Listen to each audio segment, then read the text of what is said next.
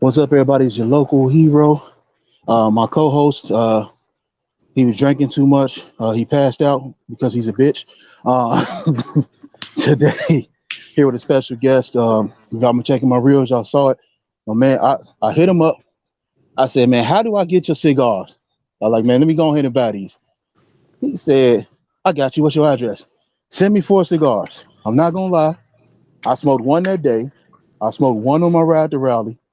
I smoked one on my birthday, and I still got one more left in the humidor. So, You're and there's some supposed really good cigars.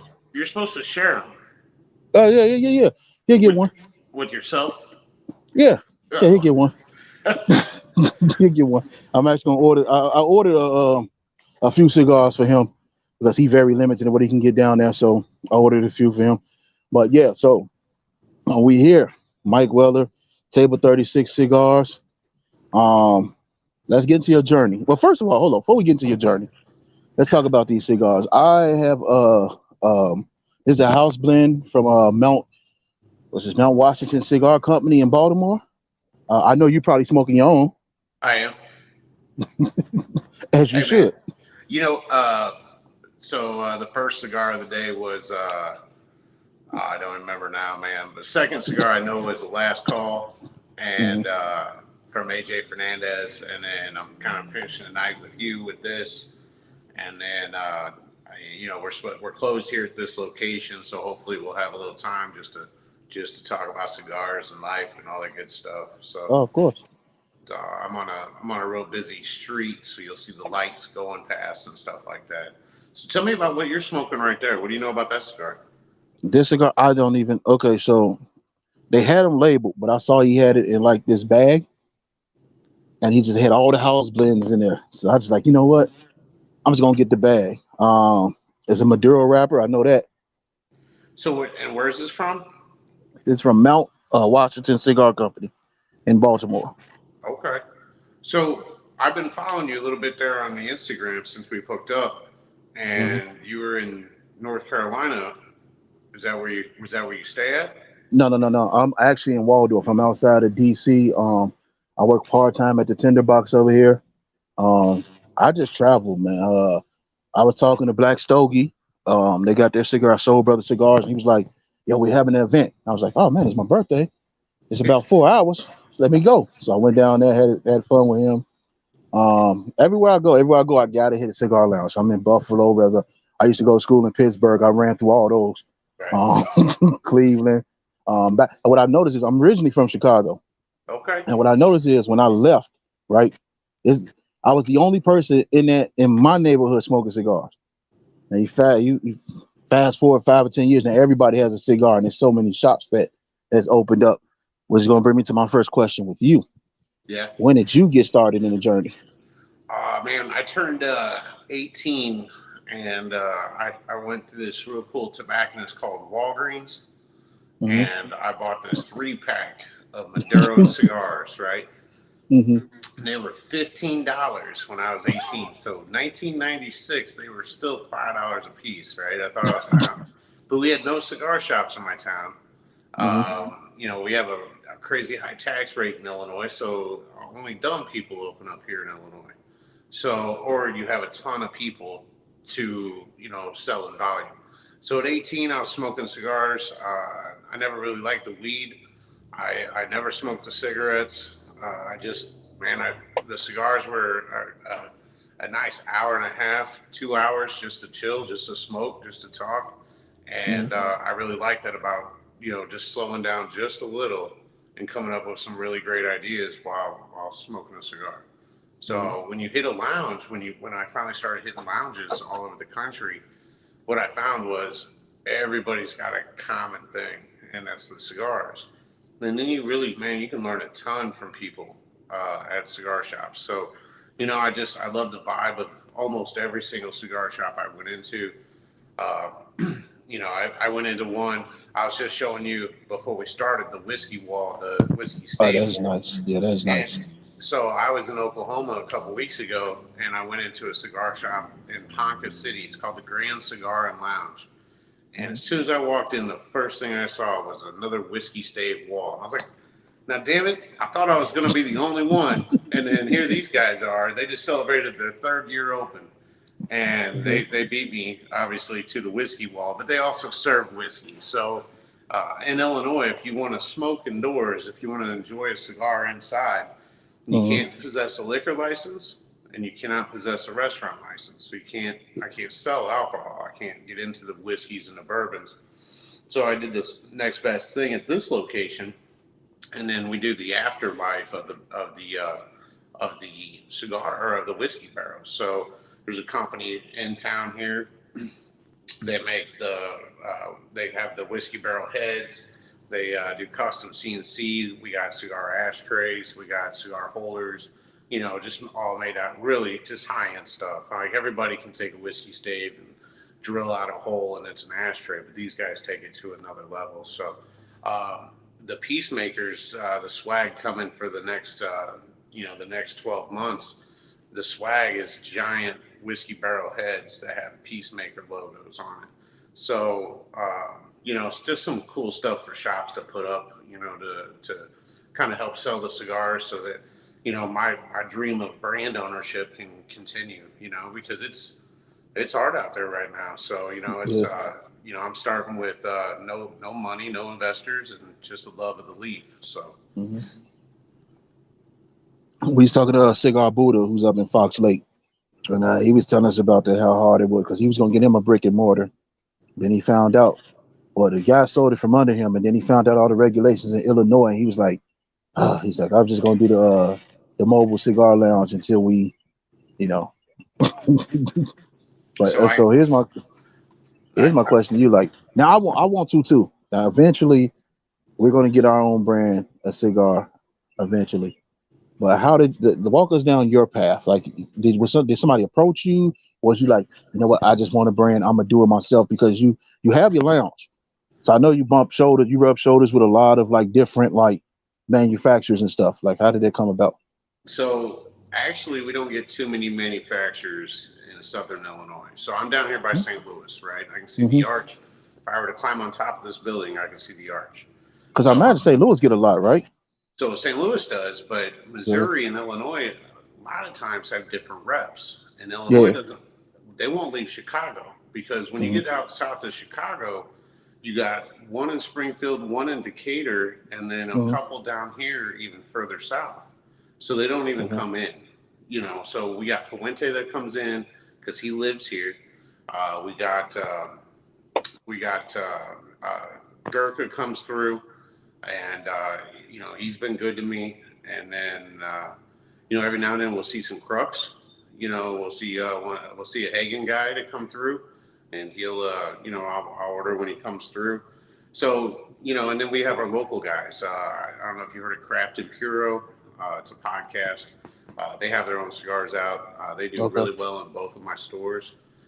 So we don't get a lot of reps. So when it comes to this brand, there's actually, I was selling them out of the store, and all the guys were kind of retired. They started in, I want to say 2013. They got together, and Alec Bradley had a deal. If you knew enough rich people, and you all pulled your money together, you can have your own cigar line. So these guys and gal, they got together and they decided to start their own cigar brand. They took it to the big show once or twice, maybe twice. Good material. I sent you a flyer on the Peacemaker. I didn't print those. I have zero design skills. That was all done beforehand. I'm just keeping it. But these cigars here, the Peacemakers, out of the 3 lines they had, this was the best-selling cigar. This was my favorite tasting cigar. So it's one of my favorites right now too. As soon as I taste it, I appreciate that, man. So it was I was trying to buy. There was 8 people. I was trying to buy one out. I just wanted to be part of something that I believed in, and I believed in this cigar. So I was trying to buy them out. Every time they come in and smoke a cigar, man, I was always hounding them. Let me get somebody, man. Somebody ain't doing their work. Let me put in some work, and. It was kind of a joke, but kind of serious. And then what happened was he came to me and he goes, "Hey, Mike, we're thinking about selling. There's a guy in Chicago that's made us an offer, and if you can match the offer, we'd rather it stay in, near St. Louis." And I said, "Well, give me 2 weeks." And then my buddy, man, he looks at me and he goes, "Now, how the hell are we gonna come up with that money in 2 weeks?" And I was like, "I don't know, man, but I'm gonna do it." So that's what I did, man. I sold a bunch of hot rods. I sold everything that was cool that had a title that I could just dump for way too cheap. That's how you sell stuff fast, is you sell it too cheap. Yeah. And I got the money together, and so we cashed them out like with legit cash, just because I'm from St. Louis, so you should you know put it in a dirty bag and cash out. So so anyway, so and so I ended up buying everybody out. I got all the trademarks. I got the contract with the cigar roller, the Mhm. cigar maker, growers, all that. I got everything, and for really pennies on the dollar, what it costs to set up. So I just matched the guy. I got their leftover inventory, which all the St. Louis shops really pitched in. They bought stuff that they knew wasn't, not going to be the easiest sell, but they bought it, man, just to help keep my, to support me in this dream. So That's a cool story. That's dedication. And that's why I be telling people. Like people be like, I be talking to people be getting into it, and they be like, "Oh man, it's a cool hobby." Like, no, this ain't a hobby. This is actual like lifestyle right here. Like, you know what I'm saying? You wake up with your coffee. I wake up with my cigar on my way to work. You know what I'm right, saying? right. And, and I do too. And the thing is like, I started out in the industry. I started out as like a humidor attendant, Hmm. and I worked my way up to be a store manager. I got to go to the big show that just ended, today. Yeah. So I got to go to the big show once. Met a lot of people I'm still friends with and still help me out to this day from that one time at the show. That was probably back in 2006, 2005, that I went to the show, and it had a bunch of different letters in PCA. So I really I enjoy every part of this industry, from the leaf and the growing and the farming all the way up to the retail sales, the branding, the marketing. I love from end to end of it, and I'm not done yet. I'm in my 40s, and I'm still trying to get this brand off the ground, but I'm already looking forward to growing and having something new that comes out that is truly mine. Because I bought this blend. I bought it was a good cigar. That's why I wanted to keep it alive. But Hmm. I'd like to have my own. I'd like to have this conversation with you, and in 5 years, and then you're smoking something that I created from seed to sale, Hmm. and and I want to knock people's socks off with it. And it's fun. Like the cigars I sent you, these were the 10 stars. So um, these are man, I should have turned this on the airplane mode. But so anyway, these here, they have this big exploded foot on it, man. It's a real John Wayne looking cigar, and there's Hmm. not another one out there that I've seen, and I could be wrong, minus like free rolls that have such an exploded foot on it whenever you get it, Yeah. So, and what's great about that exploded foot, when you light that, you're getting nothing but filler for that first inch.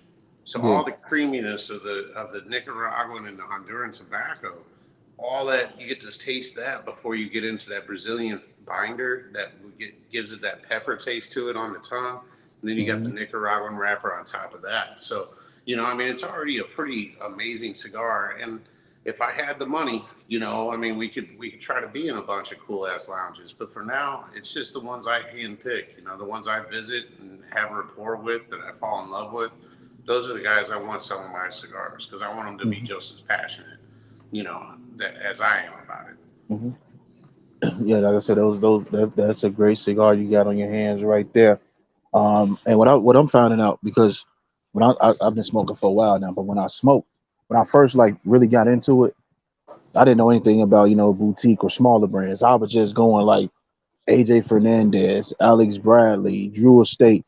But then I Right. started like, you know what? I haven't heard of these guys. Let me get this a try. Let me get this a try. So in my humidor, if you look at my humidor, it's all like people I've talked to, like you, Sassy Cigar, Black Stogies is that, and then like hand rolled cigars or like shop brand cigars. That's what I'm keeping in my humidor. The rest of it is just everyday smoke. If you hear some noise, it's because it's raining. So, but yeah, rain don't stop the show. But yeah, that was my thing. So I was like, because at first I was like, you know how some guys are just brand loyal. Oh yeah. I'm not. I'm not that guy. I want to get everything a try because you Right. miss a lot of stuff if you just gonna say, "Oh, I just smoke Cohiba." Oh, I just smoke Alec Bradley. So I never really subscribed to that. No, man, I'm the guy that will smoke. I have my own, and then when I go into a store, I look for stuff that I want to try myself, or maybe to put into my stores. I'm in a unique situation where I have, two locations plus my own brand. Hmm. So, I when I go to a store to talk to them about my brands, it's really not first on the plate. What's first on the plate is, I want to try some stuff that's moving well here. I want to see Hmm.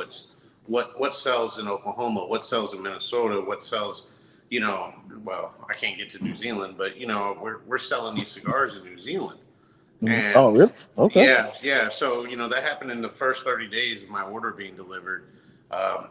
It's a place called Canteros, and Canteros in New Zealand, they called and they said, hey, we want, they didn't want samples. They're like, just send me a price list. Man, I didn't even have a price list made up yet.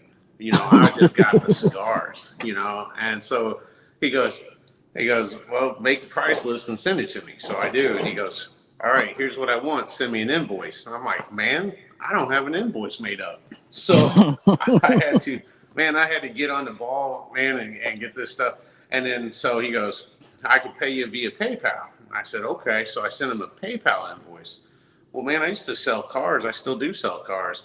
And man, it's my PayPal set up for the car sales. And so he's like, he just paid it, no big deal.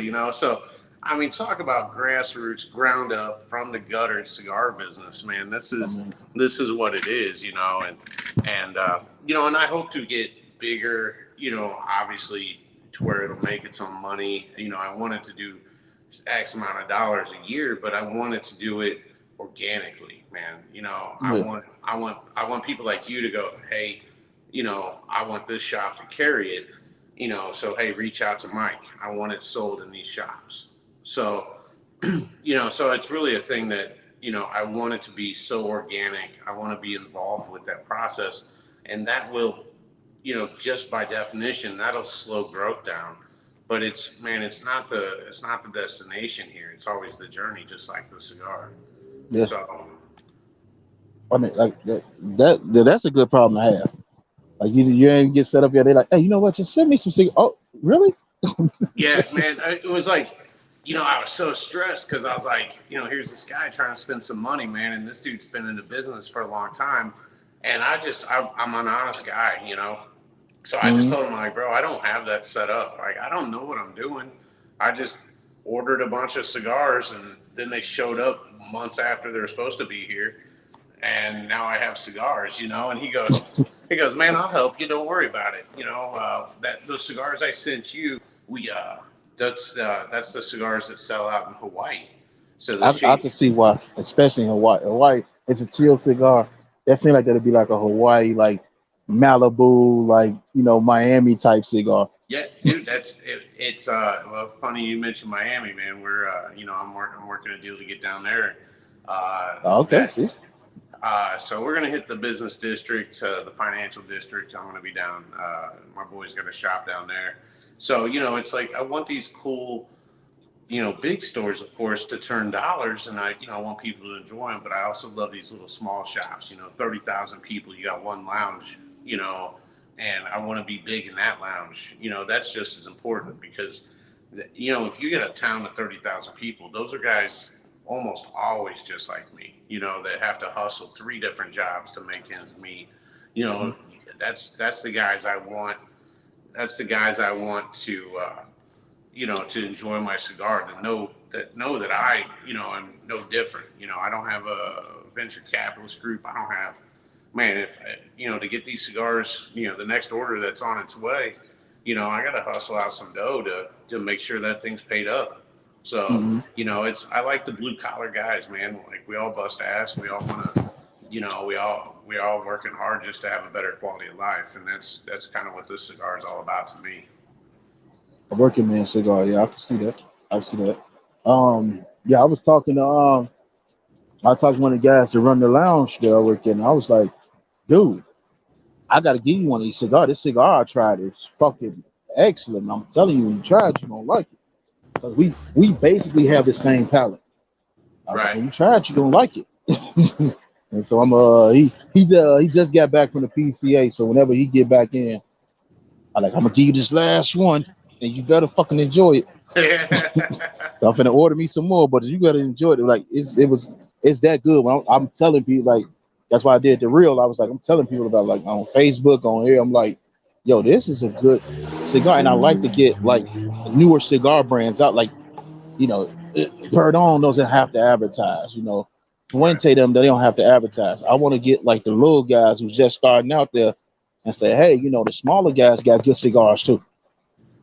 So this smaller guy, which I'm kind of a one man show, um, but what's unique about when I bought this company is Hmm. they had a deal worked out with Placencia. So Okay, this is I just had one of those great cigars. this is actually Placencia tobacco Mm. rolled by Placencia rollers in Tenelli, Honduras, and then shipped up here. So even though it's a little guy, we're getting legit premium tobacco, and we're getting legit, just some of the top rate rollers, and Oh, it's yeah. So, and I don't even know if they do this anymore. I'm sure they do. I'm sure I'm not the only one. But whenever I bought everything, I got that contract as well. So, it's everything's in the right position to do great things. It's just opening a second store. I just opened this store that I'm in about 45 days ago. The other store's been open about almost 7 years now. So, I got a lot of irons in the fire, but I keep rotating them around, trying to keep it all hot. So, which is gonna bring me to this question: how did you go about getting your first lounge? Like, how did that happen? where I'm at right now is where Lounge One was supposed to be, and Okay. so where I'm at right now is actually my mom's yoga studio. So I kind of gave you a tour. It's not real big. It's about 800 square feet, and so we were. So what I ended up having to do was I had to buy. I'm in downtown Alton, Illinois right now. I had to buy a big, massive, like 12,000 3-story corner building, and I remodeled the front or the bottom of that, and then moved my mom's yoga studio because that's what was here over to that 4,000 square foot floor, just Okay. so I could have this space here where it's supposed to be. So half of our customers at this location are tourist customers. So they're coming in from out of town, from somewhere. There's a couple little tourist towns in the area, and so it's this is where I wanted it. So 6 years ago, we weren't finding a building.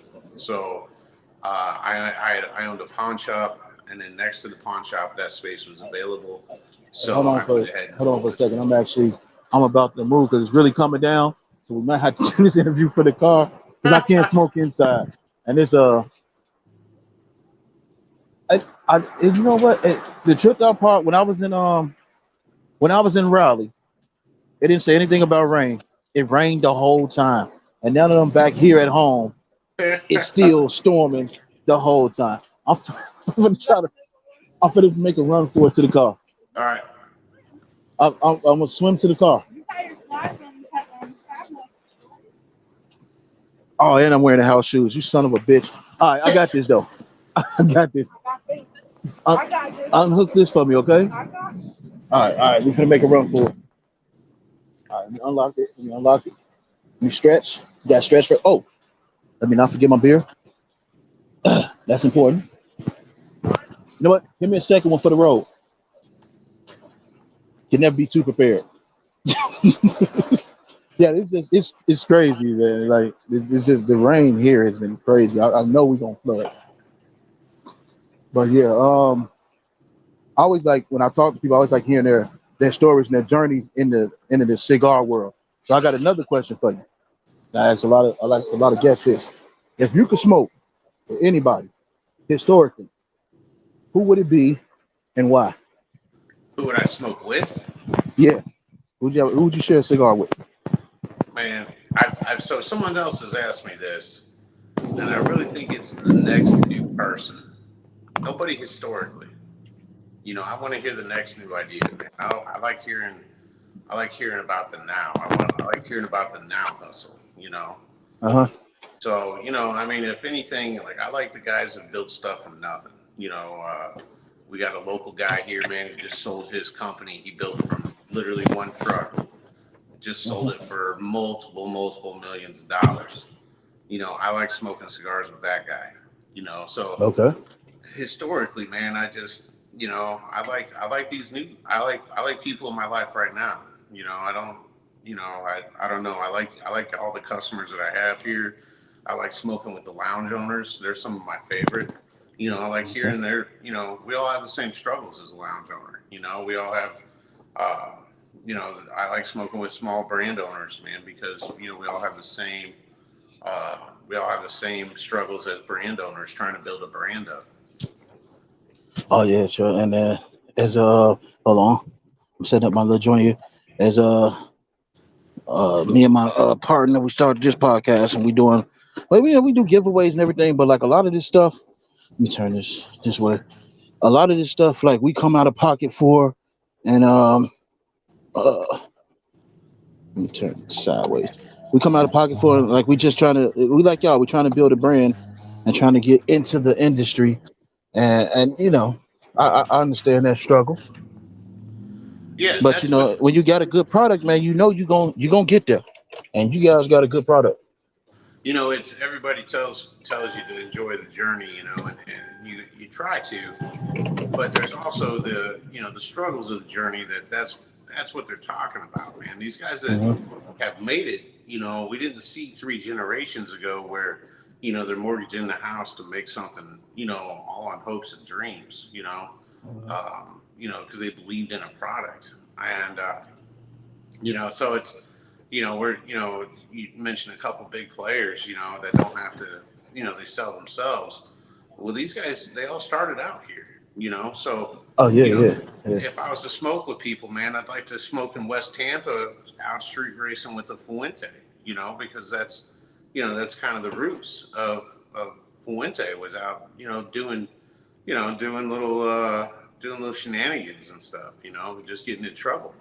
So those are the dudes that, like, if I was to smoke, man, I'd smoke with those godfathers of the cigars, man. You smoke with, Padrones. You smoke with, you got to respect. I don't care how big Fuente is. You got to respect the roots Yeah. where it came from. Oh yeah.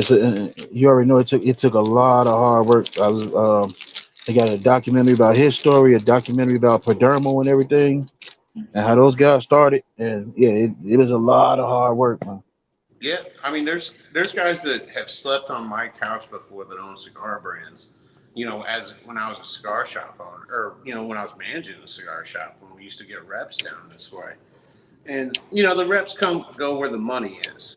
So if I'm not spending too much money on one family, I'm not going to get reps in here. But Hmm. there's also people that understand, that I'm just getting started, and so they give me the love, even though that's probably not making them the most money, but they give me the love anyway because they know if once the money comes up, that I'm going to buy their product. Yeah, I always like hearing about the journeys, man. It seems like to me the struggle and the journey actually makes a lot of the cigars that they make. Like it goes into the cigar. Well, it is, man. These guys, and that, I don't make the cigar. I'm not the blender. I'm not the roller. I'm not any part of Hmm. this process except for the owner, the marketer, and the seller. And a lot of people, if you follow my page, man, I like riding Harleys. I like smoking cigars. I like doing dumb stuff, man. We get up on, one wheels. I go longboarding around the country, whatever, man. I like, I just, I'm just marketing myself. And you know, if it's something that you can get behind and something that you believe in, man, you like to go a little fast, you like to do dumb things, man. That's you know, you and I we're on the same page. You know. Oh yeah, trust me. Yeah, actually, anybody know me? I do a lot of dumb shit. Um, it just happens. Um, so yeah, so like I said, I was here's how I felt. I was just floating through IG, and you popped up, and I'm looking. I said, as I'm looking at your page, I'm like, oh, yeah, this guy looks like he's doing some crazy shit. This definitely looks like a guy that I want on the show. You know, I like this guy look like because it looks like even talking to you now, you enjoy yourself, and that's like a big part of it. If you don't enjoy it, I don't know what you're doing it for. right. I'm going to tell you that I'm weighted down right now with so much stuff that I'm not saying that I'm stronger than anyone else. I'm just saying that I can put it all into one compartment. I put that compartment to the back, and I still enjoy my days because everything else is really probably just money. And I know Hmm. that money will come eventually. And so why worry about it? Why make it change my mood, man? And then you know, you smoke 4 or 5 cigars a day, you're gonna be fine anyway. You know, you can't be Hmm. mad if you're smoking 4 cigars a day, 5 cigars a day. You just can't. It's like riding a jet ski mad. You just can't. You know, so you know that's you know, I to me like right now I'm probably in the worst. I'd say the worst financial position I've ever been in my life right now. And it's not hopeless, but man, it don't. You know, what's it really matter? It's money. Everybody will get theirs, and you know, I'm not gonna let it deter me or my relationships with people or anything like that, man. And you know that doesn't even show in the marketing, man. You know, it's like if you see me gone for a little while, it's because I'm just feeling a little crabby. You know, there's nothing I want to post up. But normally, man, I still post up stuff because life's too amazing to be mad about some money. Hmm. Oh yeah, definitely, definitely. Um, hold on. Uh, my phone got wet. Hold on. Oh, I'm still here. Yeah, the phone got wet. It's acting stupid. Okay, so oh come on. what's what's the matter? I hope I ain't got soaked this thing in the rice. All right, but anyway, as you can hear, it's really coming down. Uh, that was that little jog from my patio here did that. But Nice. but yeah, I was actually in the middle of picking up some beer, and then you hit me like, "Oh, could you do something in 30 minutes?" I'm like, "Hell yeah!" Let me get up here. I've been down to talk to this man. Let me get on over here and unpack this beer real quick and get on to this interview, man. But yeah, No, so yeah, I was coming from the next little tourist town up, man. It's a little river town on the Mississippi, and so I went. I sell cigars at the winery. There's some couple wineries up that way, so okay, yeah, so we got little humidors, you know, golf courses, stuff like that, man. And so, you know, we're closed down here at the Alton store today because it's kind of a weekend shop. So that's why I hit you up. I was like, you know, hey, I'll have some time today to knock out an interview, man, and just kind of BS and rap with you guys, man. It's just, you know, you know, it's not really about getting the word out about the cigars. That'll happen when it happens. You know, it's nice to hmm meet other people and other places, man, that enjoy this hobby as much as I do. like I've said, it doesn't. When you sit in the lounge, it doesn't matter if you're a janitor or a CEO. You sit in Nope, the lounge, you all on the same level. man, you don't even know half the time. You know, unless they Yeah, come you in don't there and know. work here. Yeah, you never know. I've had conversations. I met my financial advisor at the cigar lounge. We was just Right. talking, and he was friends with a guy that I met at the cigar lounge, and we get to talking. He was like, "Oh yeah, I work for this company." I was like, "Oh really?" He's like, "Yeah." I was like, "You know what? I've been looking for a financial advisor." So like it's crazy, man. You meet like I remember, and I tell the story like it was me and my ex, and we was on our way to we was like in Greensburg, PA, just outside Pittsburgh, and we're headed toward Pittsburgh. And what the hell? I was in the Envoy. I was in the GMC Envoy. Guy pulls up to me. He has a Wraith. He's in his Wraith. I'm sitting in the well, I'm in the passenger side, she driving, and I'm smoking, and he lets down his window, and he's like, "Hey, what you smoking?" I'm like, "Oh, I got some AJ Fernandez, a Nicaraguan." And he's like, "Oh, he's like, I love those things." We just had the conversation, and I was like, "Oh yeah." He's like, "Where you headed?" I'm like, "Oh, I'm headed to Blooms." He's like, "I'm going there too." He said, "I'm gonna meet you there. I'm gonna get you a cigar. We have a drink together." And I was like, "Okay, cool." And my ex looks at me. She's like, "Do you know that guy?" I was like, "Nah, I don't even know his name. First time I ever met Like, him." man, I tell you what, I probably hang out with more people from the lounge outside of the lounge than I do with people that don't smoke. You know, it's just, from golf tournaments to, float trips, just doing, just, because you guys already have something in common. And then when you really get to know Mhm, somebody over a cigar and, then you have a few cigars with them and man, we just, you just vibe with somebody. So, you go out and do stuff after work with them. You mhm. go out to dinner and you go out to, go hit other cigar lounges together or just whatever. It's just a really good time, man. So it's a true, and I tell you what, man, St. Louis is, I there's so St. Louis is the biggest city that I'm in, obviously, and so when we did the Peacemaker launch, when we did this launch, and I finally got my price list together and everything else, because Grant at Quinteros made me get my shit going, and so so I had a party at one of my cigar shops, and a few other cigar shops showed up at my cigar shop, placed orders, took pictures. Man, we just had like a legit party, and a lot of St. That's Louis people came, and it was a really, I mean, just a fantastic turnout. But the amount of love just in shop owners supporting this brand and supporting me, and man, it was humbling to say the least. And man, these shops are still, I mean, right now we're out of our most popular size because, I'm not the biggest fish for Placencia to roll.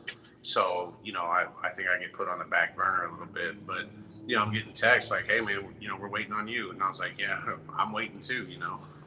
So, I mean, there's just the amount of love in all these different cigar shops down here around St. Louis is just phenomenal, man. Like, there's each one's got its own vibe, man. Each one's got its own character. It's just, like however you're feeling that day, there's a cigar shop, and lounge for you, and it's pretty amazing. It really is. I love St. Louis, man. I love these shops around here. no, I'm not a well, you know what? I'm not a luckily I'm not a Cubs fan because I'm like, oh, the Cardinals. I'm not a Cubs fan, I'm a Sox fan. So y'all okay.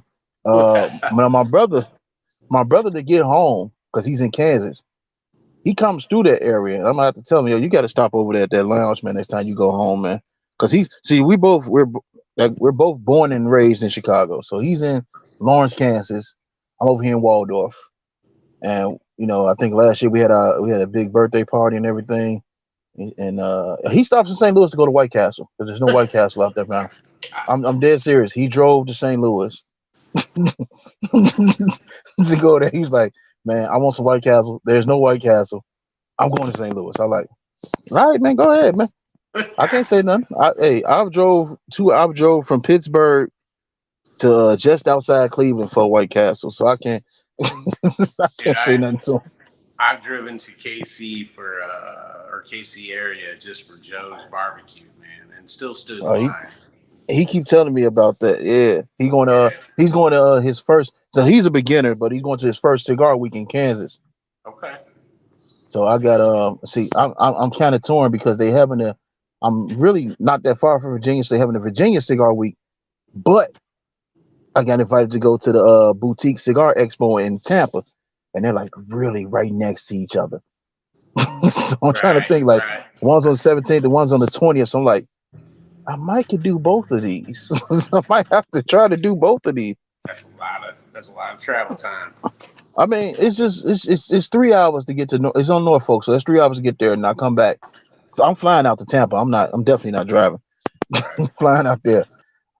But yeah, I love cigar events, man. Again, you just like I was off work and I met one of the reps from my father, and we sat down and we talked, and it's just crazy how much you realize you have in common with different people from different backgrounds over a cigar. Like without a cigar, you might not even know these people, but you put the Right. cigar into the atmosphere, and you talking to this guy. Like this guy could have been raised like I'm from the west side of Chicago. Like I'm from the bottom. You Right. know what I'm saying? And I'm He's talking to like, guys who's like from like Naperville or Laos, like the upper middle class. And I'm talking to these guys. We have these conversations, and they don't know where I'm from. I don't know where they from. And then we'll have it like, oh, I'm from Chicago. Oh, I'm from Naperville. And, oh, okay. And it's crazy because we clicked, and it's like it's like the cigar like really brings people together. no, it's amazing what it does, man. It really, that's what, I had a guy come in. He was with another guy, and so I got him Isla del Sol. Something a little sugar on it, something easy for him to smoke. And him and I talked while he smoked this cigar. He's a local PD here, and we're having a conversation. And I used to build some pretty stupid cars, and he used to visit the tuning shop all the time. And he Mm-hmm. sat in my one of my cars, and it was pretty nuts. The car was right. So here's this guy. He's probably 24 years old. I'm 44 years old. But this dude at one point in time had crawled all around my car, and had we're friends with the same people, and then we just have this instant bond. He kind of grew up, and he did grow up in the same neighborhood I did. But we would have known. He was kind of being standoffish. He's like, cigars. I'm like, man, it's not about the cigar as much as it is about the conversation you have during the cigar. And that's what blows my mind. It's like, it's one thing if you just don't want to smoke, great, man, but don't. It's not a negative thing. It's man, there's some Yeah. beautiful relationships that have happened over a leaf. As you talk about cars, I remember I started out and actually we're gonna have a some type of we'll have some type of charity event. We're gonna have some type of like uh thing where we have people to bid on an item because I started off with cars because I'm a mechanic. I started off it was this program in Chicago for at risk youth, and he was teaching people like my guy Alex. He was teaching people how to do body work. So before I even got into the automotive part, like the mechanical, the fixing part, I was like masking off. I was like doing the body work. I was like, what I'm saying, grinding, painting everything. And then I was sitting up there. I was like, yo, you know what? We need somebody to fix the cars. So I went to school for that. And then every time I come back home, I like donate some time there. I like, yeah, we got to donate some money here. So like, yeah, I've like cigars and cars, man. You got me. Like whenever I see a cigar and car event, I'm like, oh, I'm there. I'm there. Yeah, we're gonna bring back now that COVID's over. We are kind of doing it during COVID too, but we'd host an event. And it was just that it was cars and cigars. And during COVID, we got a kind of a crabby governor. So in the very beginning, it was shut it down, stay in your home, all that stuff. And I never did super well with authority. So I what I did was I was upgrading my shop. I was upgrading. I was changing the sign around a little bit, doing a little rebranding. So I took the old sign off the building and I spray Mhm. painted on there. Burnouts kill COVID-19, and I set that 8 foot long sign next to the highway.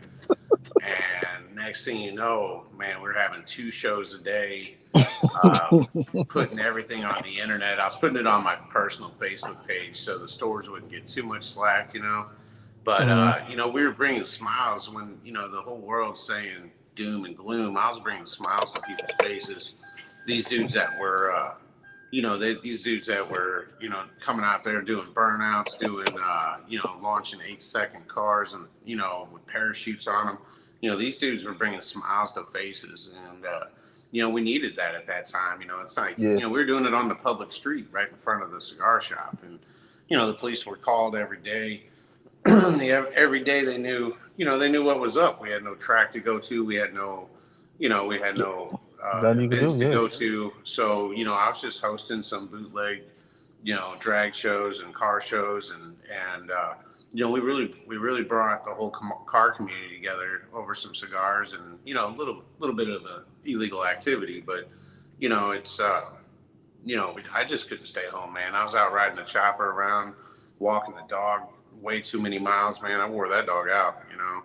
So it was just like where I'm at right now in life, man. It could be all doom and gloom if you watch all the news, or you can just be happy and do things that make you happy. And Yeah. and that's how I try to live, man. It's the world's gonna shit on you no matter what. So it's just how Hmm. you react to it. That's the only thing you can control is your reaction. Yeah, yeah, yeah. Yeah, that's great advice right there. That's real right there. I remember we was when we finally opened the lounge up. Well, we couldn't really open the lounge up, so we opened. So what we did was because they had outdoor eating, right? So you can eat outdoors. So we just opened the lounge up outdoors. Mm-hmm. We pulled all the tables out, put a little tent over there, put the AC in there, and we just had the lounge outdoors. Which Yeah. in the summer, this like in the winter, I smoke in the lounge. I like smoking in the lounge, but in the summer, I like open air. I like to smoke outside. I like to go to the like. It's nothing like smoking at night when you can hear the water. Like I'm at the ocean, you hear the water, and it's so relaxing. Like so, that's my thing. It gives you a sense of gratitude when you're outside, man. You're smoking something so beautifully natural Hmm. in nature, and Hmm. it's just, it makes me anyway, makes me just really grateful for everything that, like I'm alive to do this stuff, man. And, Hmm. I've done some pretty stupid things in my life. So every day, I am grateful, that I get to enjoy another cigar. I get to talk to another new person. And, like I said, man, it's all on how you look at things. You can be, what are they saying? COVID's going to kill us all again, So, uh, so man, you can worry, or you can be scared, or you could just, go to church, man. And my church is right here in the cigar lounge. All right, so here's my question now. We're gonna take your lounges out of it. I ask everybody this, but your lounges is out of it. They don't count. I'm gonna ask you two particular cigar lounges. What is the most aesthetically pleasing, like visual pleasing lounges you've been to? When you went there, you was like, oh my goodness, the colors and the setup is just so great. That's the first question. All right, so I think it depends on my mood. Some. Everybody says that. All right, Everybody so says that. there's a lounge in South St. Louis, in the Soulard area. If you're feeling funky, man, you're feeling like, busting some balls, you go into that shop because that's what they Mm, do there. That's just ball busting shop, right?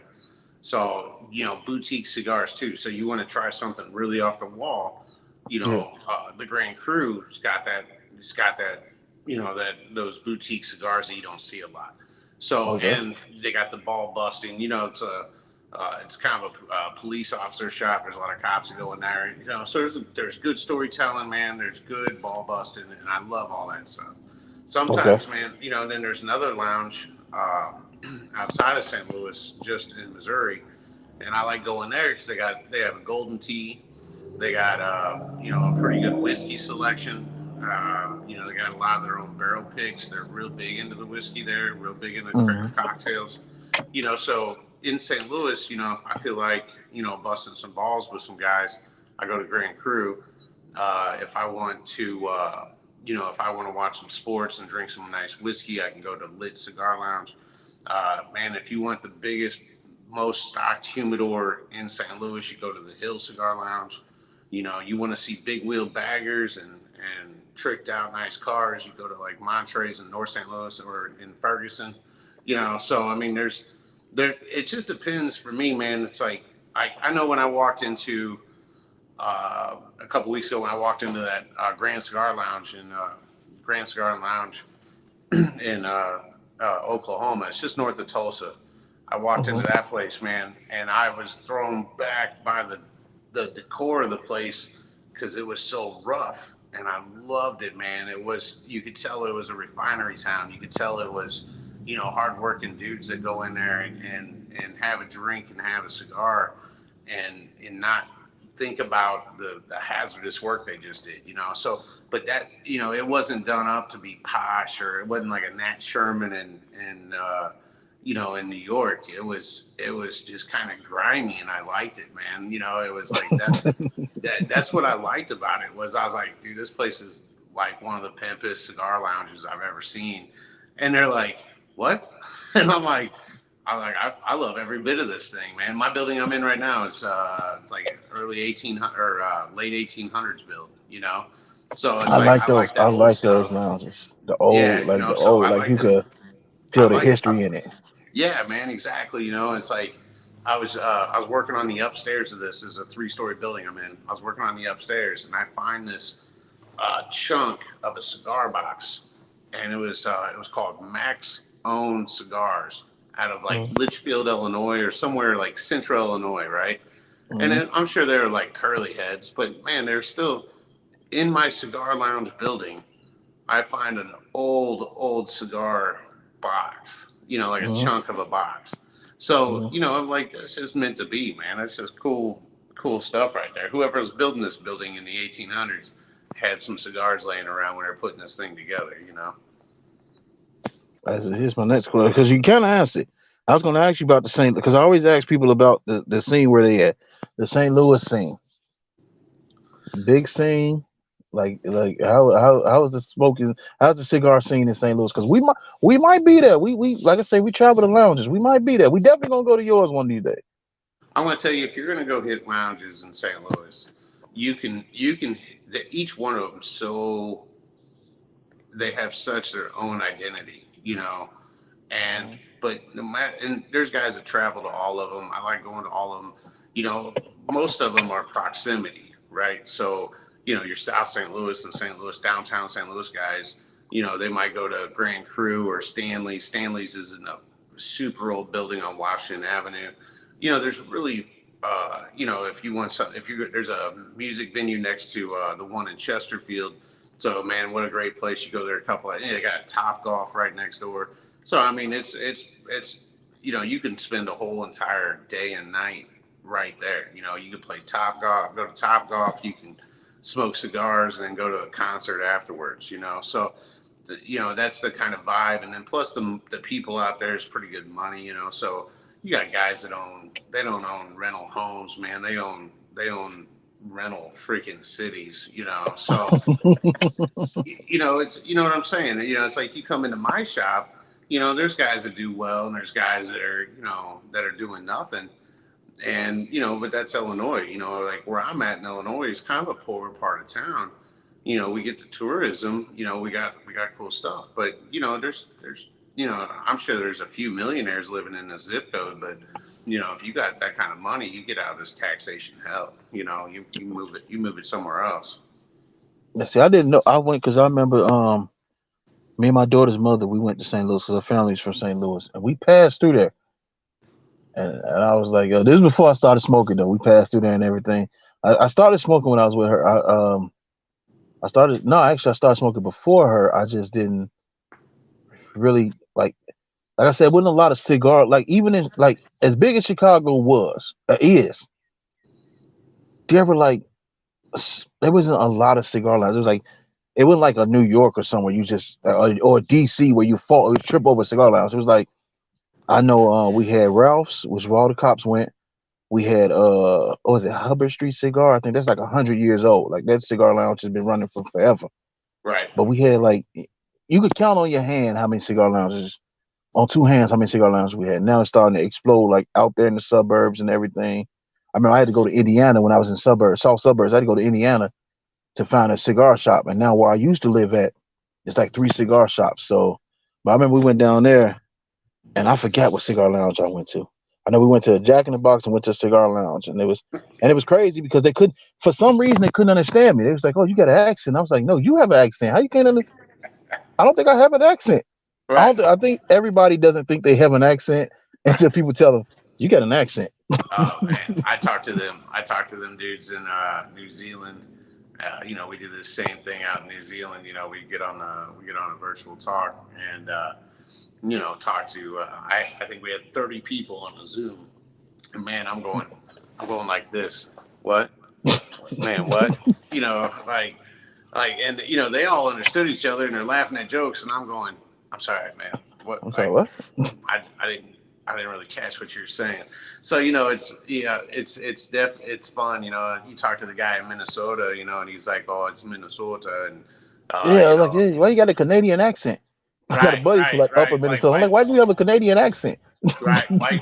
Why you about to order some cigars? It's like, bro, what? And but man, I'm gonna tell you, dude, it's the cat from Hawaii, man. He owns Mukulaki Cigars, and he's been in this business for a long time too, and it was really awesome talking to him, and it's cool listening to like different shop owners because man, I'm still learning as a shop owner, man. So I like listening to these guys, and they have a ton of knowledge. There's a super knowledgeable girl over at the Hill Cigar Lounge, man. I like talking to her. Her name's Jessica. Like there's some really intelligence backing us in St. Louis, and that's what like if I need to know something, man, I got these people I can call, from one end of the industry to the other. And name another industry where you can call your competitors and they'll actually help you. And speaking of that's crazy because I remember I was in Pittsburgh and I was at the cigar lounge called the Smoking Dogs. And he was like, "Oh, if we don't have it, Sassy Ash got it, and she's and I've been to these lounges. He's like, oh, she's cool, or you can go up to Allegheny. They have it. There's some great guys, and like I'm like, damn, this is like McDonald's saying, hey, you can go to Burger King. They all right, or hey, you can like, what I'm saying. I Man, keep telling you, there's no other industry where you can go, you can have a cigar, or you can go get a product from them, and you can right. sit down and you can actually talk to the owner. The owner is Mhm. there. Yeah, that's the only problem I have right now with having two stores and doing the brand stuff is not being right there for everybody who walks in the door. Mhm. So, that's kind of that weighs on me, man, because I like to make sure that everybody's getting what they want, getting, something maybe new, but still within their palate. I want to be able to be hands on, but at some point you gotta pass the torch on to someone. Oh yeah, I learned about micromanaging. Yeah. I learned that the hard way. But the thing Well, is, like, and even though you're not at the shop, though, they still, if they still can go in there at certain times and see you.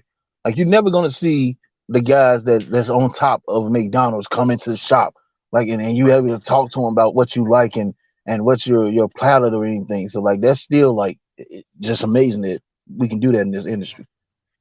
no, yeah, absolutely. And even the bigger brands, man, you're getting, if you're not getting the brand owner, you're getting like top rate, brand ambassadors, that have a direct line to the owner. Yeah, You can hop on almost any one of these calls and talk to Nick Perdomo or, talk actually, to, yeah, I met man. Nick Padermo. He's a very cool dude. He had an event at Dan Cigar Lounge I was at, and like and it's crazy like and just like you, he talked to if you walk into I love your cigar. He actually like it wasn't a hey yeah how you doing okay and he pushed up. No, he actually talked and he listened. He responded back like he listened to what you said and he responded back to you like how you're doing. And like I said, that's crazy because you're not going anywhere.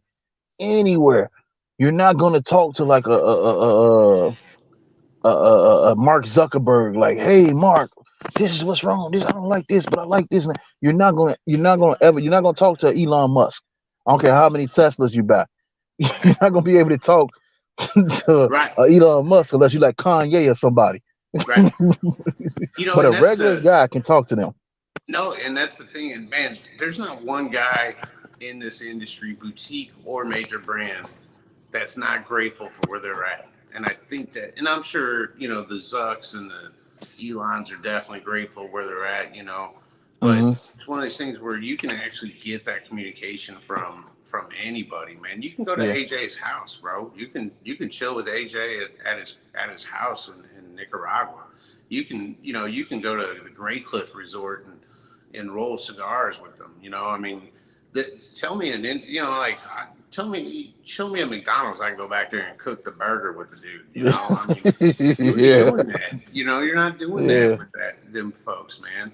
And so that's I, what I think. I think that's why cigars are literally for any demographic, as yes. far as how much money you make. Because man, you could be at the house laid up, man, and still talk to every major player. You know, Yeah. yeah, and I, it doesn't I take money. That's the thing. we sent out a lot of DMs. Actually, Sebastian from our Caldwell hit us up. He's like, "Yeah, I love to do your show." Like, You for instance, hey, we love your man. How we get some cigar? Oh, here I sent it to you. I mean, you got to be on the show. Oh yeah, yeah. You can't just go up and even like in music. Like we're such a small we're trying to get we're gaining, but we're such a small podcast. The fact that I could talk to you or call or Sebastian or I could talk to these people, they're like, yeah, we'd love to do your show. Like, could you imagine like if we was like a music podcast and like we hit up like we send a DM to like Jay-Z, like, hey Right, Jay-Z, we love your music, we'd love to have you on the show. right, It's like his publicist like, yeah, no, we're not gonna do that. Like it's right. crazy. Like how is like and what I've learned is since we started this podcast, I didn't know this before starting this podcast. It's 6 degrees of separation. Oh yeah, Everybody in the industry knows everybody in the industry. Like you might not know that person, but you know a person that knows that person. Like you're right. connected. It's kind of wild. My boy who runs one of the shops, he was in Florida on vacation. He took some of the peacemakers around, and he goes into a place. There's a guy named Shirtless Mike on Instagram, Hmm. and so he goes in, and this is just happens to be the shop that Shirtless Mike works at, right? So he goes Hmm. in, hands out a couple cigars. He kind of butchers everything, man. That's okay. That's kind of how we are. We're gonna mess it up before we get it right. Yeah. And these guys smoke cigars, and he goes, "Hey, I know that guy from rally racing. This dude knows of me from rally racing on some pro teams. And it's like he's like, oh no shit. It's like it's such a small world anyway. And then whenever you get into the cigar sector of it, I mean, everybody should know everybody, man. There's not. It's like I'll talk some shit on some packaging or something like that. But no matter what, man, I'll always respect the hustle of anybody that's made it. There's guys out there that, you know, I watched a reel or a video. Man, I gotta move this, man. I'm getting some sunlight killing me. Oh, sun's setting hard over here. You see that? Anyway, Yeah, I know. We ain't got no sun. You got the sunset. We ain't got no sun. man, it's not gonna rain here for like 10 days, so I'm gonna be riding a one wheel around. So, but I watched this video of Dave Blanco from Los Blanco Cigars. This guy's this consumer just he left a negative review. He had a bad experience with a cigar. So Dave packs up a bunch of cigars, goes knocks on old boy's house, and says, "Hey man, let's smoke a cigar. Let's see what you think of this."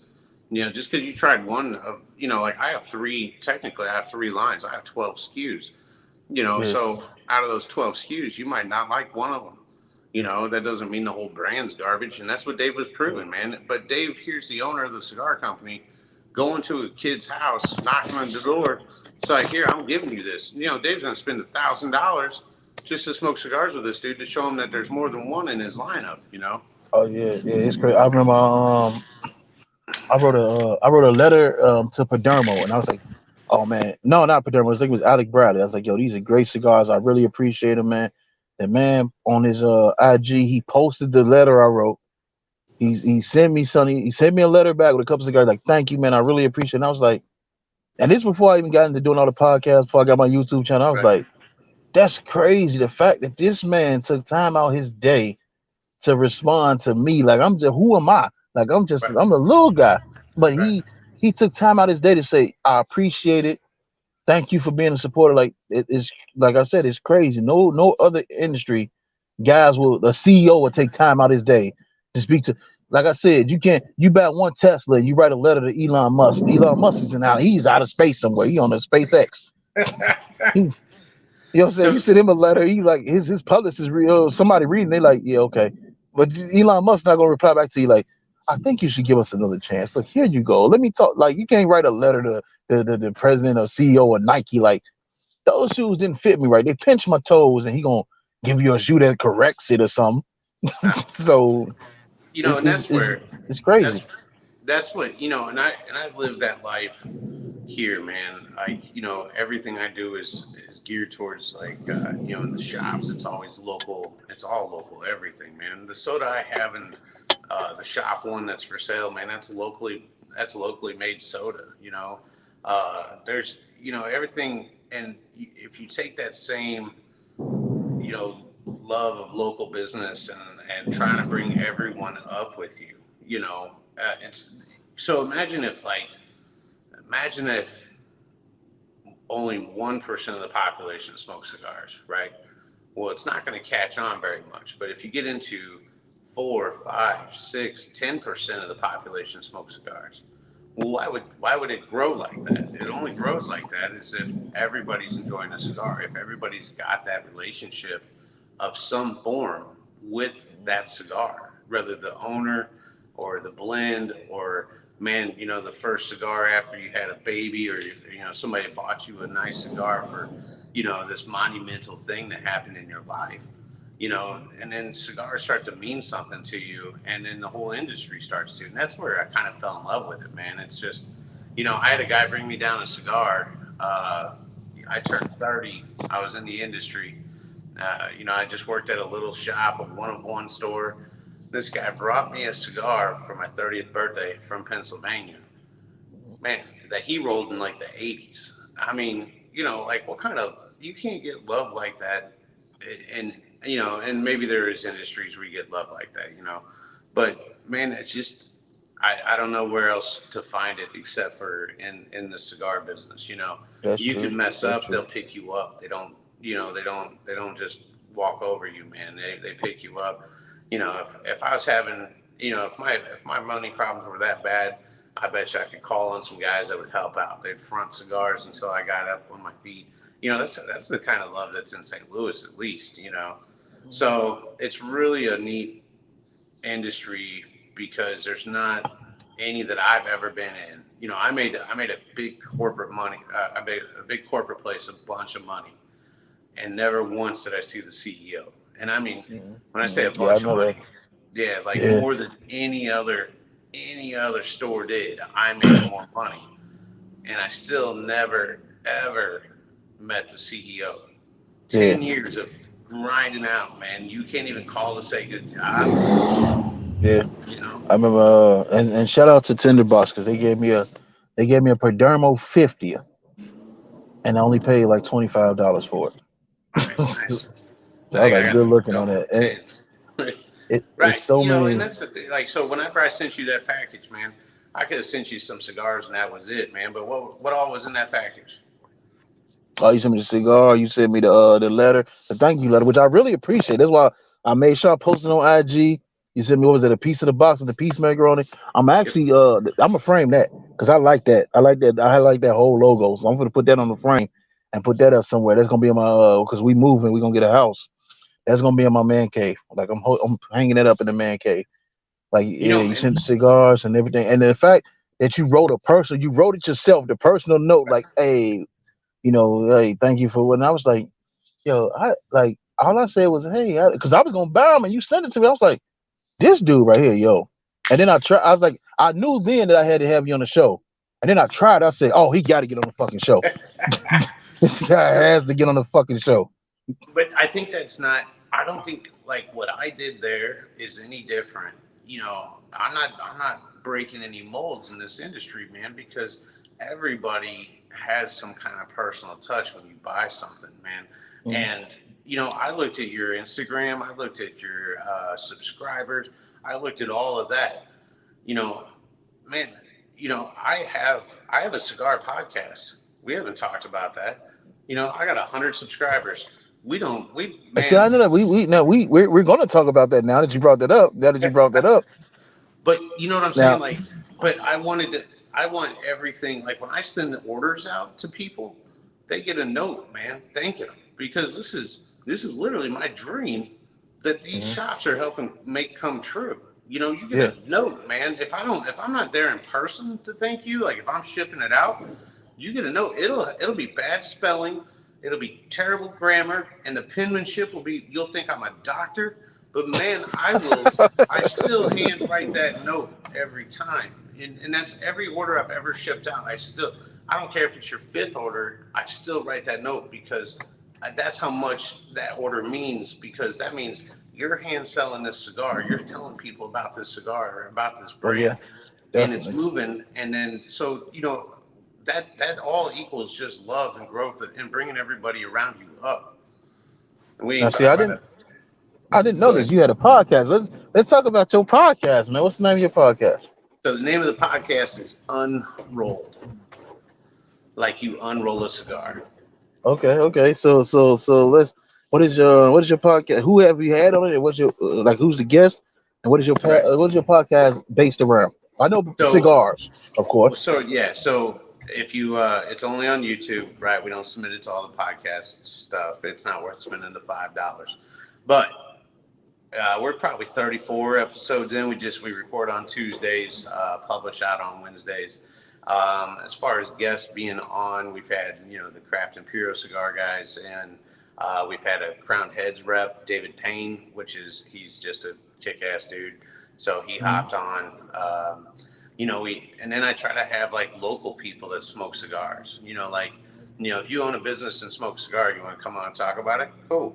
Come on. You sell Harley Davidsons and barely smoke cigars, and you're just a funny dude, and you entertain me. Then if you entertain me, you're going to entertain everybody watching this thing. So it's one of those things, man. We talk about local stuff, man. We talk about the cigar stuff. So like we unrolled a cigar that my buddy Chuck picked up from Florida, and the size was called Gazette. And man, it's slipping me now what who made it, but it was kind of local to Florida, So we unroll them, man. We see what's in them, man. Sometimes people unsolicited will just send me a bundle of cigars. Like that's going to help me, with no note, no nothing. Well, if that's what you're gonna send me, man, I'm gonna cut them up. I'm gonna put them on the podcast, and I'm gonna pick them apart. So don't send me some cigar that is whatever it's got. It's a $10, $12, $14 cigar, and if I find some little bullshit filler inside of that bunching, man, I'm gonna call you out on it. For the most part, like we unroll everything, man. We unroll a short filler, long filler, man, showing the audience like what's actually what's going on in it. Like here's the wrapper, here's the binder. This one had double cap. This one's, one of them I had a got some triple people. cap. I got some people you're gonna have to have on your show. I'm gonna hit you up with them later. But I got some So, cigar makers, some really good cigar makers you should have on your show. They're small brand, but you definitely should have them on your show. so Now we what made we you go ahead? I'm sorry, go ahead. So we don't do this here. We don't do like the ready stream. What we do is if you're in the studio, so we built a studio, we Okay. can green screen it. If you're Okay. in, cool, like we'll put you on. So I kind of Okay. wanted it local based, but also cigar oriented. But Okay. the tagline is this is the worst cigar podcast on the internet. So sometimes we don't even talk about cigars half the time, bro. Like, we're just talking about lowering cars or doing burnouts.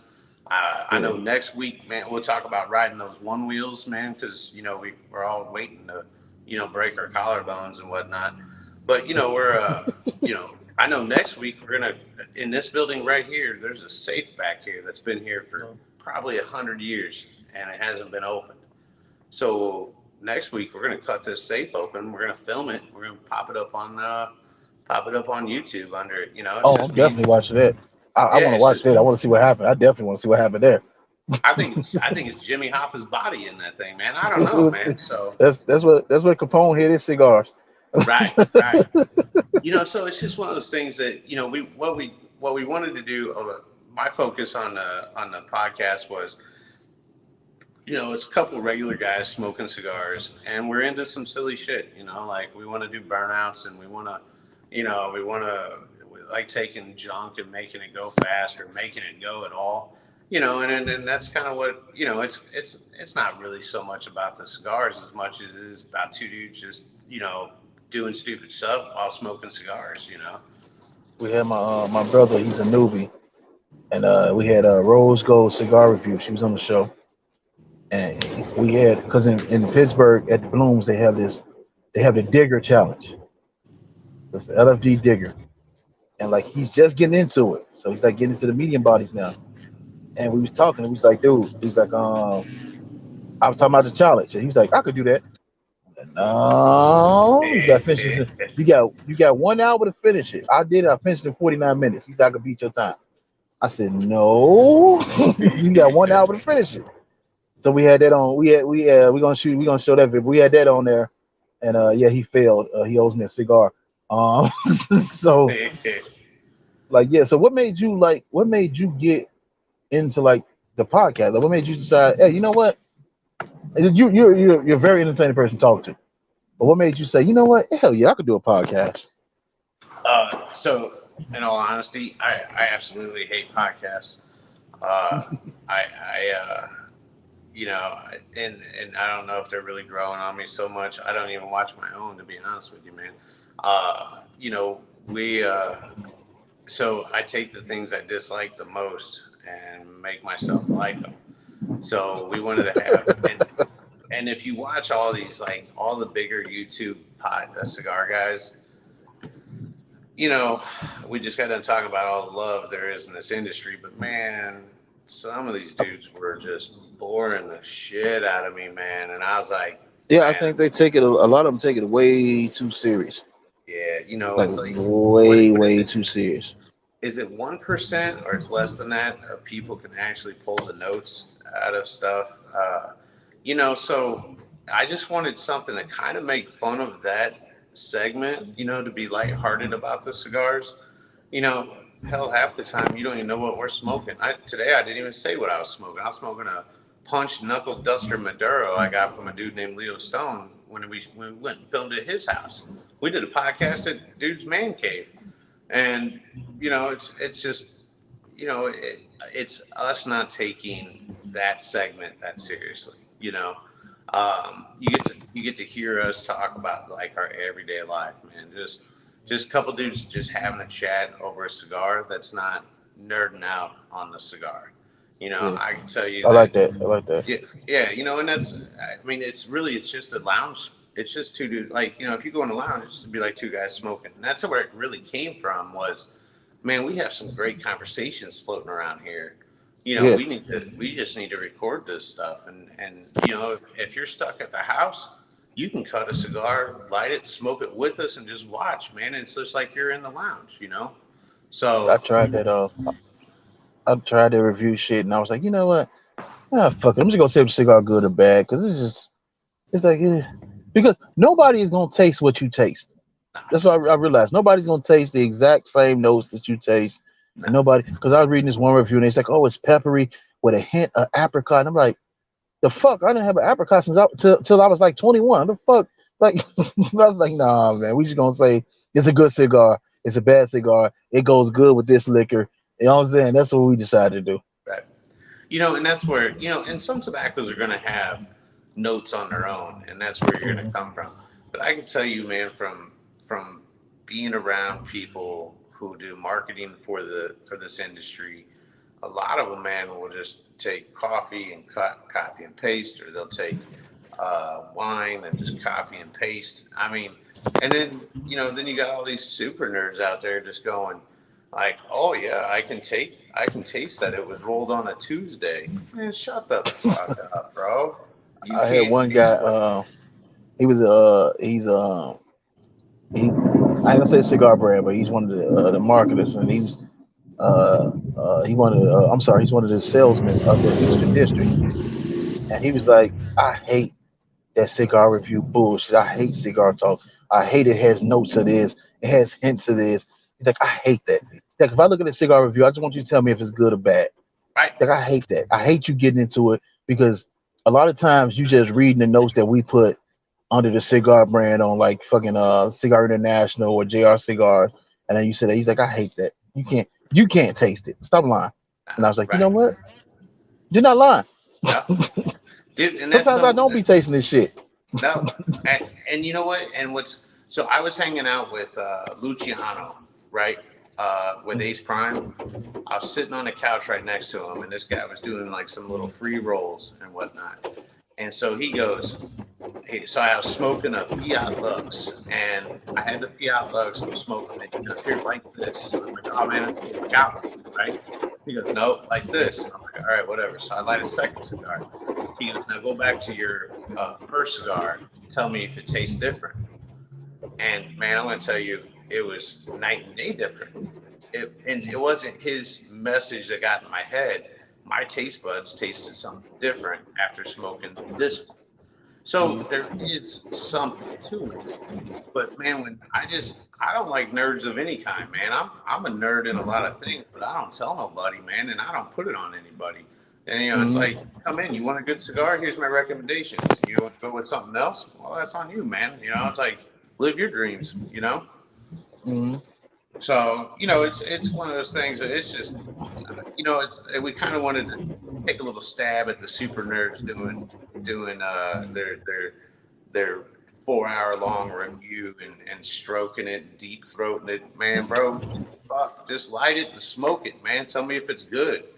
And then even if you say it's good, it might be bad to me, or vice versa, I just want TikTok cigar cutie we had on the show, and I like how she describes cigars. She's like, I lost my sense of smell. She said, so I taste it. And I tell you what it tastes like. Like, oh, it might taste like a cup of coffee, or it might taste like this. She said, I compare it to that in layman's terms where everybody can understand it. And I'll tell you how long it'll take to smoke. And I was like, we need more reviews like that. Like, I don't want to. Oh, I taste hints of leather and earth and pepper, and I'm like, what the fuck does earth taste like? I don't know. I've never ate dirt, so I don't know what the fuck that tastes like. But I'll take your word for it. Have you ever had the Amazon basin? Have you smoked that? Yeah, I smoked that one with the little rope around the top. Yeah, right. So whenever I smell that one, that's the closest thing I can go. This smells like earth. It smells like wet dirt. Yeah. I had a cigar, man. I had a JSK CBD cigar, and I'm like, I couldn't tell you what it tasted like. And then so I was reading. This guy's like, it tastes like when you blow into a hot Nintendo cartridge, and I'm like, you ain't wrong. That's exactly what that fucking taste was, bro. That's an interesting. You would know that. Like, that's something somebody would know. Right. No, I'm sorry. That's something that we would know, not the younger generation. That's something we would know. But when you blew in that cart because it's screwed up, and you can smell that like hot electronics. That's kind of what the nugs tasted like. But I still love the shit out of it. So, like, what am I going to tell somebody? Like, oh, yeah, these acids smell, they smell like potpourri. Well, ain't no grown-ass man in the world going to be like, yo, I'd like to have some potpourri. Or like, hey, this smells like some burnt-ass electronics, and somebody's like, well, fuck, sign me up. I like burnt-ass electronics, But it's like, you just got to, and it's like, what's this one taste? Bro, if you want a flavor, man, that's a whole cabinet over here, Like, you want to taste cinnamon? Bro, I got you. This one tastes like cinnamon because it says cinnamon on it, So you got, it's some people, man, my cigar is not going to be for everyone. I remember I was at that South St. Louis cigar shop. I was taking an order down there, and this guy he was talking about the brand and the former owners, because everybody's from St. Louis, and he goes, man, I liked all of them except for that last one with that shaggy foot. He goes, that one was gross. So I dropped that one. I dropped off the order, and I go, hey, I asked the shop owner, I go, do you care if I hand a couple out? He goes, no, Mike, that's cool, man. Thanks for asking. I said, all right. So I go straight up to that old guy. He was the first one. I go, you want one of these gross fucking cigars for free? And he's like, he starts to grab for it, right? Because nobody says no to a free cigar. So he starts grabbing for this cigar, right? And I was like, nah, man. And then I go, you can smoke on this one. And, and then the whole crowd busts up because that's the shop where you bust balls, right? And I still gave him a cigar, but I wanted to set him up, a little bit. So, it's like, but so, all the reviews I hear, of course, are, hey, this is a really great cigar. Because, not a lot of people are going to go, hey, that cigar was garbage, These are still hand rolled. Sometimes they're tight, man. Sometimes you got to roll them around a little bit to get the, especially the ones I sent you. That's a long cigar for it to draw perfect every time.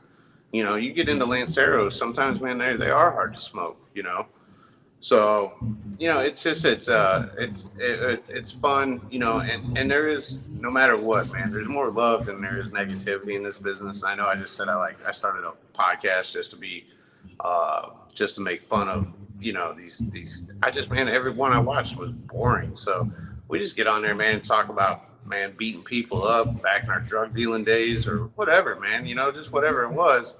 We just talk about real life shit like we would in the cigar shop. We just got cameras and mics on,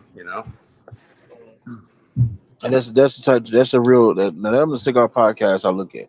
I want to hear like real cigar talk. I don't want to hear I mean, sometimes I listen to sometimes I might listen to Cigar Daily because I want to hear what's going on with the FDA and the cigars.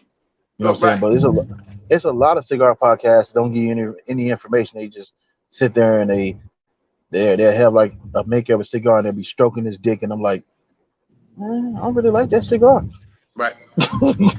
And you can have anybody on, and like So what is it? Have you had one of the Escobars yet? I know I'm finna order some though. I want some just because of I Nas. Just Yeah, because of yeah. Nas, I want me some. So out of all of St. Louis, my little Illinois shop was the first one to get them, right? So I got them in, and do you know what Nas buying into a cigar company does? Just helps sell cigars. Yeah, That's it. Is that cigar worth the $14? I don't know, man. I mean, it was all right. The box is beautiful. The box is stunning, man. But I was gonna go make a stupid. So I got an Aston Martin sitting in the garage, man. I was gonna make a little spoof of DJ Khaled coming out of the car, like, when I be rolling through, man, I got this Escobar. I'm like, you bro, I should should definitely just do do the that. same thing. Get You some should definitely do fugazi that. chains on or some shit. Get somebody to say and another one. Right, right, right. Like, bro, You know how who come makes a good Nas doesn't put cigar? out the advertising? Why is it DJ Khaled doing all the advertising for Nas when Nas owns part of the company? I don't know, man. I mean, when you So, got, I guess when you're that important, you get people to do that. You know who makes a well, good cigar though? And I'm mad they stopped making it. That Dominique Wilkins was a good cigar. I've never It's had that 14 one. bucks. I, well, from what I heard was I forgot who made it, but they made so many, and then they fell out with them and they wouldn't make it anymore. But they found some more in the backlog and they sent them out. So my lounge got them. They gone now, and I was mad. I still got two in the humidor though. It's Nice. $14, and it was a really good cigar, like a really really good cigar. Hey, I tell you what, man. You send me one of those, I'll send you an Escobar. I Oh, ordered two boxes like a year ago, and I still got a few left. So, it just okay, yeah. So I got a deal. super Toro shape.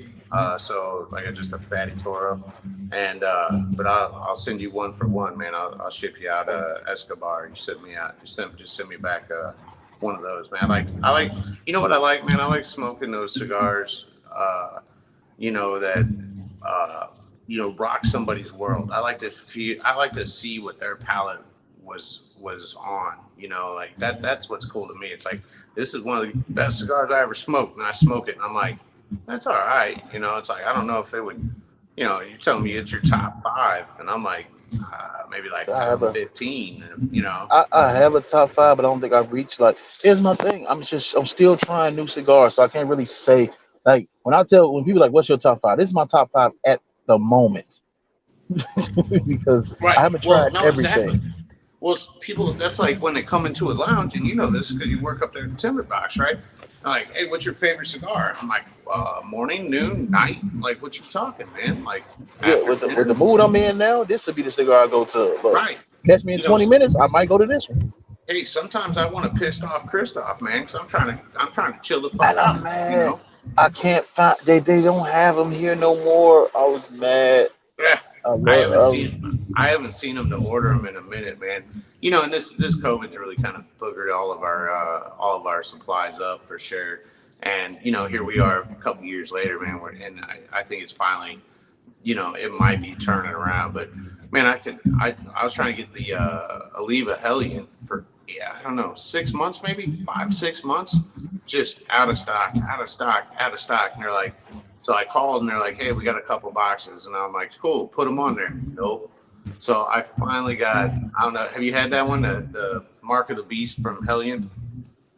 I had that with you. I think we might have it on back. We might have it in the back, but I haven't had it yet. I might have to It's a, look and see. yeah, it's a good cigar. It's a Oliva, so you got quality tobacco. And then, man, it's a 66 ring gauge. It's just a lot of tobacco. Hold on here.